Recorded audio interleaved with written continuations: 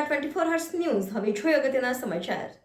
પાલિકાના કમિશનર અરુણ મહેશ બાબુ નિરીક્ષણ કરવા માટે પહોંચ્યા। હાઈવે પર નિરીક્ષણ કર્યું કે જ્યાં વિશ્વામિત્રી નદી પસાર થઈ રહી છે। ઉચ્ચ અધિકારીઓ કોર્પોરેશનની હાજરીમાં મ્યુનિસિપલ કમિશનરે નિરીક્ષણ કર્યું। આવનારા દિવસોમાં ચોમાસાની શરૂઆતના ભાગરૂપે અને સાથે કામગીરી જે ચાલી રહી છે તેનું નિરીક્ષણ કર્યું।